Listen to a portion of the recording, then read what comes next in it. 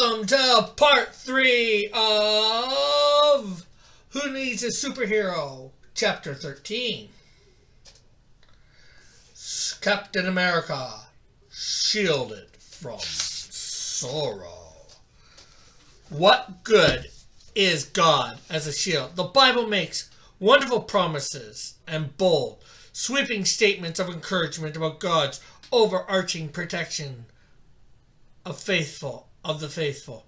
The Lord is your keeper, the psalm writes. The Lord is your shade at your right hand. The sun shall not strike you by day, nor the moon by night. The Lord will keep you from all evil. He will keep your life. The Apostle Paul certainly was, and that was found in Psalms 121, chapter 121, verses 5 and 6. NRSA. New Revised Standard Version, I believe that stands for. The Apostle Paul was certainly a devoted and sincere follower of Christ. He spent most of his adulthood preaching the gospel, founding churches, and encouraging other Christians. Paul wasn't perfect, but if anyone had a right to claim God's shielding power, Paul was the one. Yet Paul endured beatings, stoning, shipwrecks, privations, lynch mobs, betrayal, and a persistent physical ailment that he referred to as his thorn in the flesh. You say, but Paul came through every one of those ordeals. You say, but Paul came through every one of those ordeals. God was watching over him. Yes, the Apostle Paul survived for many years, and the New Testament is silent as to Paul's fate. But the ancient tradition assures us that Paul was executed for his faith, beheaded for proclaiming Christ in Rome. Where was Paul's shield when the blade fell? The New Testament does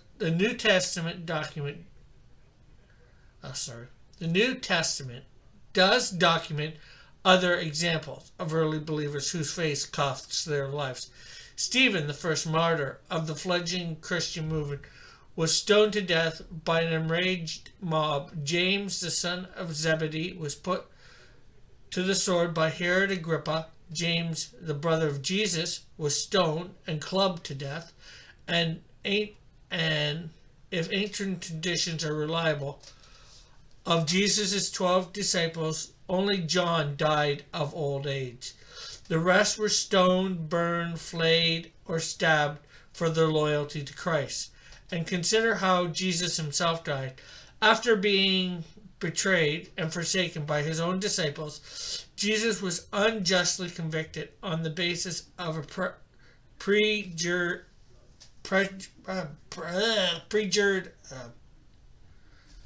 testimony. On the way to Golgotha, he was humiliated, whipped, and pierced with thorns. He hung in agony on the cross, as the crowning blow. His enemies gathered around and laughed, their mocking raising a challenge to God's protective care. He trusts in God, the priest jeered. Let God rescue him now. Matthew 27, verse 43.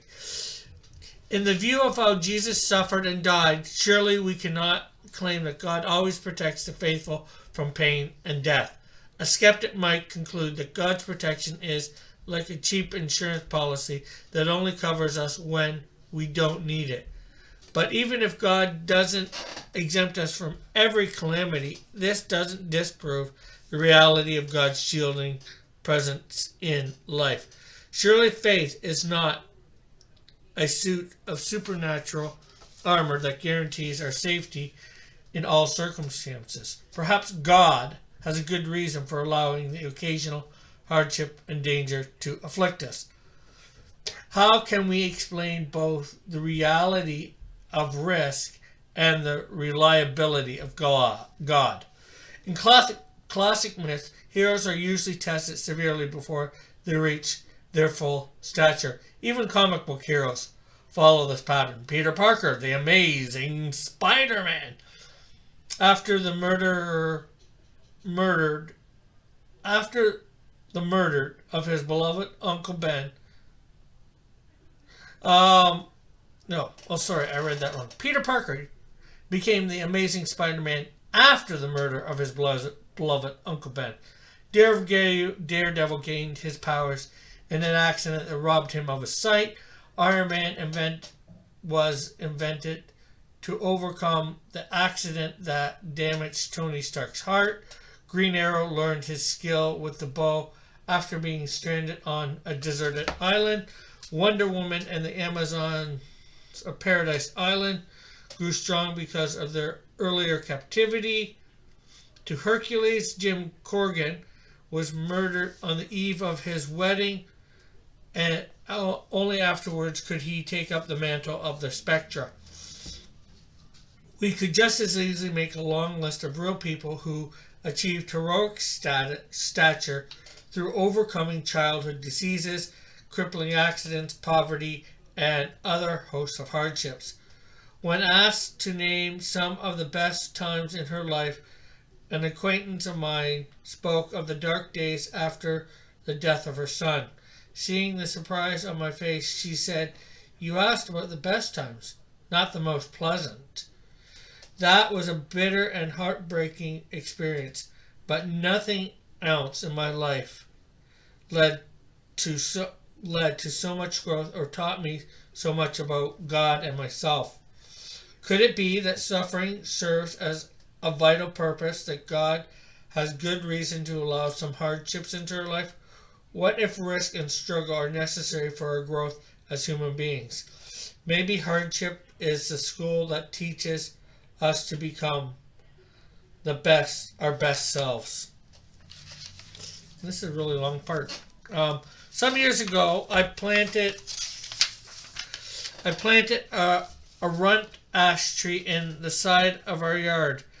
One spring day, when the tree was no more than 6 feet tall, a storm crashed through our neighborhood and literally bent the tree double, like an upside down U. The trunk was unbroken, but the crown of the tree lay on the soggy ground. During a lull in the storm, I straightened the tree and staked it against the wind. Unfortunately, the wind shifted and the poor tree was once again bent double, this time in the opposite direction. To my surprise, not only did the tree survive this beating, but after the storm, the runt grew like crazy. By fall, the trunk had doubled in size. The struggle to survive energized the tree far more than my regular watering or fertilized feedings. No one welcomes difficulties, but when we reflect upon our journey, we find that our hardships make us stronger, wiser, and more compassionate. Without real risk, there is no struggle, and without struggle, why would we grow? Jellyfish float with the current and eat whatever comes within reach. Dolphins swim against the tide, hunt for their food, battle their enemies, and sometimes die in fishing nets. Dolphins have a much tougher life than jellyfish, but which would you rather be? What about love? Imagine a world in which God miraculously rescues us from every danger. God catches the car as it goes off the bridge. God scoops up the waves when the boat overturns. God zaps the cancer cells as soon as they are diagnosed. God halts the plane before it strikes the tower. In such a world, how would we relate to God? We might love him, but wouldn't it be because he took care of us? But it wouldn't be because he took care of us. How strong and tested would that love be? How would we know that his love, our love, could stand up in the spite of hardship and disappointment? We would never learn to love God or for God's own sake.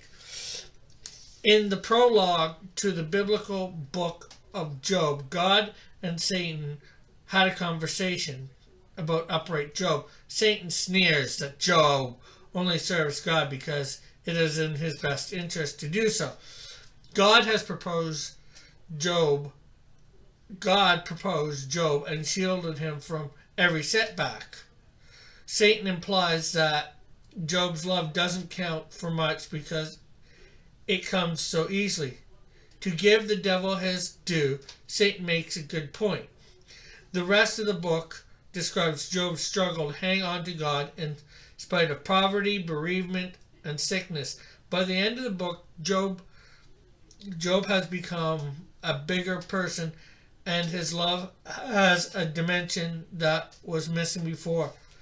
Do you want to be loved only for the sake of what you can give to others? Nor does God.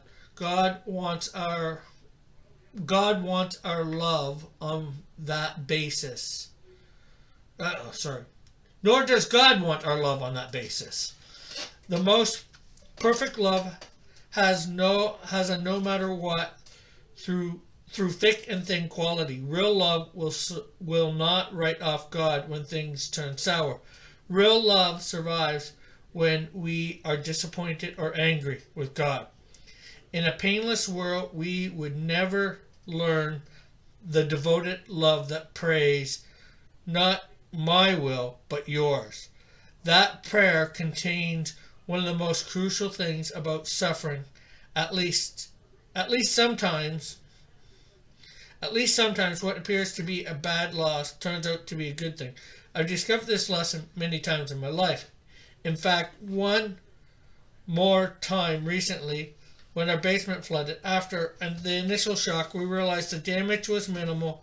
We salvaged the carpeting and no furniture was lost. Our television and computers remained dry too. Unfortunately, I had stored a couple boxes of comics in one corner of the basement, and they were ruined. Several $1,000s worth of early Spider-Man, Avengers, X-Men, and Fantastic Four comics were reduced to soggy pulp. Oh, poor guy. I was devastated. As we vacuumed the water out of the carpeting, I tallied the loss in my head. I reviewed the key books ruined by the flood. I kicked myself for stupidity of storing comic books on the basement floor. What a terrible waste. Or so I thought, until I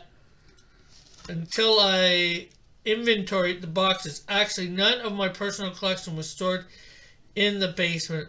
The waterlogged books were extras and duplicates left over from college days when I ran a small mail order back issue business to help pay my tuition.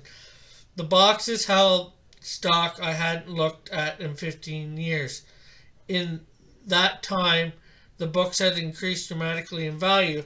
I had always meant to sell them, but marketing to collectors required more time and patience than I had available, and selling to a dealer would have net me half their value at best. The flood solved my problem. The insurance company paid me full market value for the books. Then the agent sold the damaged books for a pittance to my local comic shop and made a quick profit for selling the damaged books.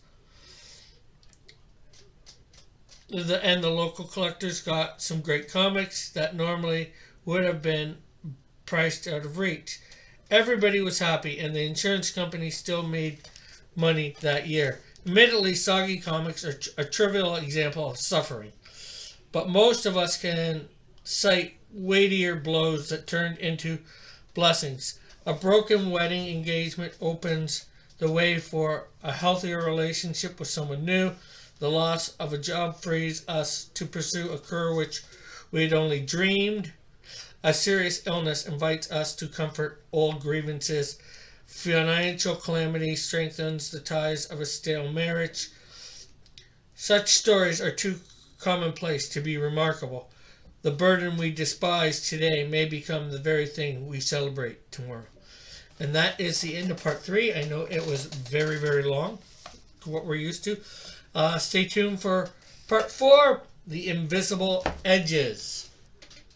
So remember to like, subscribe, hit the notification button, share, and comment. Have a great and wonderful day.